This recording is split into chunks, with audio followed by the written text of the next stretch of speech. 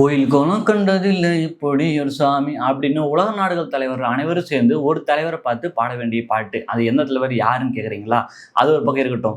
ஊர்ல யார் யாருக்கெல்லாம் சிலை வைக்கிறாங்க, ஆனா லீடர் அப்படின்னு ஒருத்தருக்கு சிலை வச்சா அது இவரு தான்பா வைக்கணும் அப்படின்னு சொல்லலாம். அது யாருன்னு கேட்குறீங்களா? அட வேற யாரும் இல்லைங்க, நம்ம நரேந்திர மோடி அவர்கள் தான். டே நிப்பாட்டு, நம்ம நரேந்திர மோடி அவர்கள் அப்படி என்னதான் பண்ணிட்டு இருக்காருன்னு கேட்குறீங்களா? அவரு என்னெல்லாம் பண்ணியிருக்காரு, என்னெல்லாம் பண்ணிட்டு இருக்காரு, என்னெல்லாம் பண்ண போறாரு. அடாடாடாடாடா, ஓவரா பேசுறானே தவிர மேட்ரு சொல்ல மாட்டான் அப்படின்னு நினைக்கிறீங்களா? ஒன்றும் இல்லைங்க.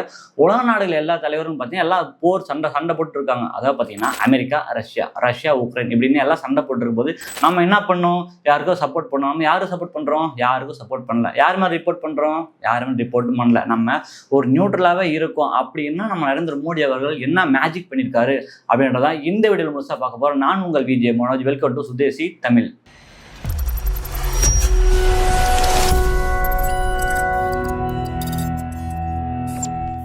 இப்போ பார்த்தீங்கன்னா பசிபிக் பிராந்தியத்தில் அமெரிக்காவும் ரஷ்யாவும் ஒரு பயங்கர போர் போய்கிட்டு தான் இருக்குது. என்ன போர் அப்படின்னு சொல்லி பார்த்தீங்கன்னா அணுசக்தி உற்பத்தி. இந்த போரில் பார்த்தீங்கன்னா இப்போ ஒரு நாடுகள் சண்டை போடுறாங்க, போர் போயிட்டு இருக்கு அப்படின்னா நம்ம அண்டை நாடுகள் என்ன பண்ணுவாங்க? நம்ம சூரிய மாதிரி அஜியோ சண்டை அப்படின்னு ஓடிடுவாங்களா? அதுதான் கூடாது. நம்ம என்ன பண்ணணும்? யாருக்கு ஒன்று சப்போர்ட் பண்ணணும், இல்லை ஏதாச்சும் பண்ணணும் அங்கே நின்று. ஆனால் நம்ம நரேந்திர மோடி அவர்கள் யாருக்கு தான் சப்போர்ட் பண்ணுறது அப்படின்னு சொல்லி இல்லாமல் ஒரு நியூட்ரலாக ஒரு மேஜிக் பண்ணியிருக்காரு. என்னது அப்படின்னு சொல்லி பார்த்தீங்கன்னா ஸ்ட்ராட்டஜிக் ஆட்டானமி அப்படின்னு ஒரு புது யுக்தியை கையாண்டு ரெண்டு பேர்கிட்டையும் போய் அங்கே நீங்களும் வேணும், ஸோ சமாதானமாக போயிடலாம் சொல்லிட்டு சமாதானமாக இருந்து நம்ம நட்புறவை ரெண்டு நாடுகிட்டையும் வளர்த்திக்கிட்டாங்க. இது ஒரு பக்கம் இருக்கட்டும். இப்படி இருந்தாலுமே அமெரிக்கா, இந்தியா நம்ம நட்புறவு எப்படி இருக்குன்னு சொல்லி பார்த்தீங்கன்னா தளபதி படத்தில் வர்ற ரஜினி, மம்முட்டி மாதிரி ஒரு சூப்பரான நட்புறவு போய்கிட்டே தான் இருக்கு. இதெல்லாம் ஒரு பக்கம் இருந்தாலுமே குவாட் அப்படின்ற ஒரு 4 நாடுகள் இருக்குல்ல, டே ஸ்டாப்பிட்டு குவாடுன்னு என்ன சொல்லிட்டு போடா ஸ்டூபிட்னு சொல்லி கேட்குறீங்களா? அது ஒன்றும் இல்லைங்க. குவாட் அப்படின்றது ஒரு 4 நாடுகள் சேர்ந்த கட்டமைப்பு. அது என்ன நாடுகள் அப்படின்னு சொல்லி பார்த்தீங்கன்னா இந்தியா, அமெரிக்கா, ஜப்பானு, ஆஸ்திரேலியா, இந்த 4 நாடுகள் தான். இந்த 4 நாடுகள் கூட நம்ம இந்தியா எப்படி இருக்குன்னு பார்த்தீங்கன்னா நம்ம நாடுகள் எல்லாம் சேர்ந்து இராணுவ பயிற்சி முகாம்கள் இருக்குல்ல, அதனுடைய உறவுகள், அப்படி பொருளாதார உறவுகள் இதெல்லாம் பார்த்தீங்கன்னா நம்ம ரொம்ப ஸ்ட்ராங்காக கைகோத்து போய்கிட்டே தான் இருக்கோம். என்னதான் இவங்களோட கைகோத்து இருந்தாலுமே நம்ம ரஷ்யா கூட பார்த்தீங்கன்னா நிறைய ஒப்பந்தங்கள் போட்டு இன்னொரு ஒரு நட்புறவாக தான் இருக்கும் நம்ம ரஷ்யா கூட என்ன சொல்லி கேட்குறீங்கன்னா எரிசக்தி ஒப்பந்தம், அப்புறம் இராணுவ பயிற்சி முகாம்கள், அப்புறம் இராணுவ அந்த பொருட்களை உபகரணங்கள் வராங்கல்ல அதுக்கப்புறம் நியூக்ளியர், இந்த மாதிரி நிறைய விஷயத்துல நம்ம நட்புறவாக இருக்கும் ரஷ்யா கூட. டே ஸ்டாப்பிட்டு இந்த இடத்துல எனக்கு ஒரு டவுட் அப்படின்னு சொல்லி கேட்குறீங்களா? என்னன்னு பார்த்தீங்கன்னா உங்களுக்கு ஒரு டவுட் வரலாம். இருந்தாலும் அமெரிக்காவும் ரஷ்யாவும் இப்படி பார்த்தீங்கன்னா ஒரு மாமியார் மருமக மாதிரி சண்டை போட்டுட்டு இருக்காங்க.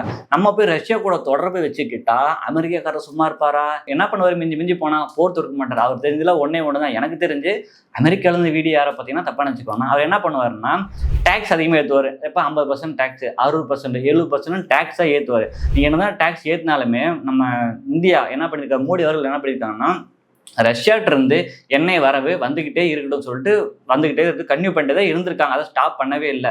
இப்போ அதுக்கப்புறம் பார்த்தீங்கன்னா பேச்சுவார்த்தை நடத்தி ட்ரம்புக்கிட்டையும் சொல்லிட்டு அவர்கிட்டையும் பேசிட்டாரு. ஓகே, பேச்சுவார்த்தை நடத்தி ஒரு நட்புறவை ஆயிடுச்சு. அதே மாதிரி ரஷ்யாக்கிட்டையும் பேசி இது ஒரு நட்புறவை ஆயிடுச்சு. ஓகேவா? இதனால நம்ம 2 நாடுகளிடையே ஒரு நியூட்ரலாக நின்றுட்டு இருக்கோம். இதுதான் நம்ம மோடியோட மேஜிக். இதெல்லாம் ஒரு பக்கம் இருந்தாலுமே பசிபிக், இந்தோனேஷியா, அமெரிக்கா இவங்களுக்கு ஒரு பக்கம் சண்டை போயிட்டு இருந்துச்சு. அது எல்லாருக்கும் தெரிஞ்சிச்சுன்னா பார்த்தீங்கன்னா பசிபிக் பிராந்தியத்தில் ரஷ்யா, உக்ரைன் இவங்க 2 பேர் சண்டை போய்கிட்டே இருந்தது. அந்த சண்டை போய்கிட்டு இருக்கிற டைம்ல அந்த போரில் கலந்துக்கிட்ட நம்ம நரேந்திர மோடி அவர்கள் என்ன பண்ணியிருக்காரு அப்படின்னா மோடி உறுதிப்பத்திரம் அப்படின்னு ஒரு பத்திரம் ரெடி பண்ணி அவங்கள்ட்ட என்ன பண்ணிருக்காரு? 2 பேர்கிட்டையும் போய் சமாதானமா இருக்கணும், சண்டை வேணாம் சொல்லி 2 பேர்கிட்டையும் நியூட்ரலாகவே இருந்திருக்காரு. எப்படி செமல்ல இந்த ஒரு செயல் பார்த்தீங்கன்னா உலக தலைவர்கள் அனைவரும் ஒரு வரவேற்கத்தக்க செயலாகவே இருந்திருக்கு. என்னை பொறுத்த வரைக்கும் சூப்பரான செயல் தாங்க. ஓகேவா? ஸோ இந்த அணுகுமுறையினால நம்ம என்ன பண்ணியிருக்கோம்னா ரஷ்யா கூட ஒரு எதிரியா இல்லாமலும் அமெரிக்கா கூட அதோட அணுகுமுறைகள் தவிர்க்காமலையும் நம்ம நியூட்ரலாகவே இருந்துட்டு வந்திருக்கோம்.